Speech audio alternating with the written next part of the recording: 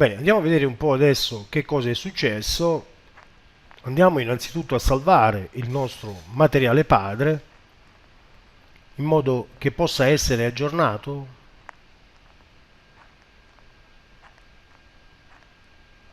E adesso dovrei avere una situazione più completa, e cioè se vado all'interno del mio progetto, cancelliamo la vecchia istanza che avevamo creato prima, creo un'istanza e poi da questo materiale andrò a creare tutti i materiali, diciamo così, interattivi del mio pavimento. Farò una nuova folder ovviamente, ma questa è una cosa che vedremo da qui a poco nella programmazione. Quindi se qua faccio una istanza, adesso non andrò neanche a rinominare perché questa è una cosa che faremo dopo, però da questo materiale vedete che se faccio doppio clic ho la possibilità di fare tutta una serie di operazioni diverse da quelle di prima. Ad esempio ho la possibilità di raddoppiare, adesso sta a 5, se portassi a 10 tile andrei a raddoppiare il mio pattern, mentre prima dovevo dimezzare. Se ad esempio vado in rotate mi basta dare qui 45 per mettere a 45 gradi. Supponiamo di avere questo tipo di materiale e di salvarlo. Adesso lo posso andare ad applicare all'interno della nostra viewport.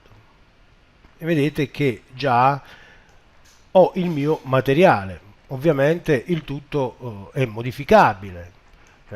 Ritornando al nostro parametro, quello di prima, cioè al centro di rotazione, io ho la possibilità in tempo reale, semplicemente andando a cambiare il valore di questo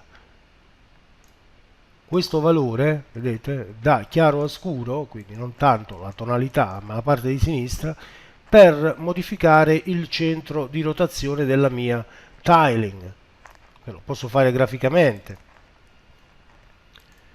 E posso fare tutta una serie di altre ovviamente operazioni. Se dovessi cambiare il pattern, la texture alla mia pavimentazione e dovessi avere per un qualche motivo un problema di stretching della mia texture, quindi di allungamento e di deformazione, allora potrei andare a modificare questi parametri qui che sono l'U-tiling e il V-tiling per un altro tipo di texture, per adattarla e per non avere il fastidioso problema della deformazione del mio pattern.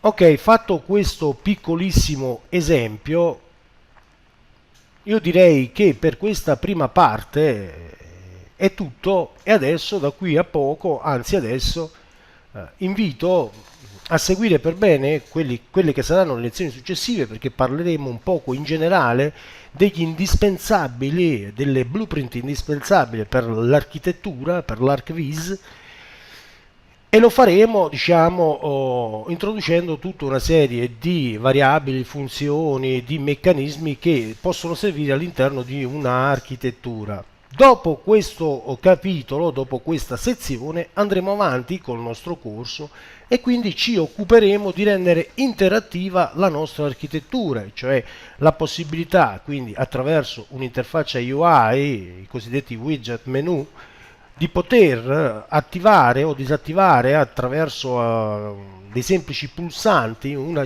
che ne so, magari un video, o magari aprire e chiudere una porta, o magari interagire con le mesh statiche, quindi cambiare il modello stesso. Ad esempio aprire le ante a questa sorta di mobiletto, ruotare le texture, cambiare le texture con un clic, lo faremo per i pavimenti e per ovviamente i muri. Andremo magari a fare un esempio di come accendere e spegnere una lampada, andremo a fare l'esempio magari di come poter accendere e spegnere la TV e quanto altro. Ma questo lo vedremo dopo la parte relativa alla blueprint.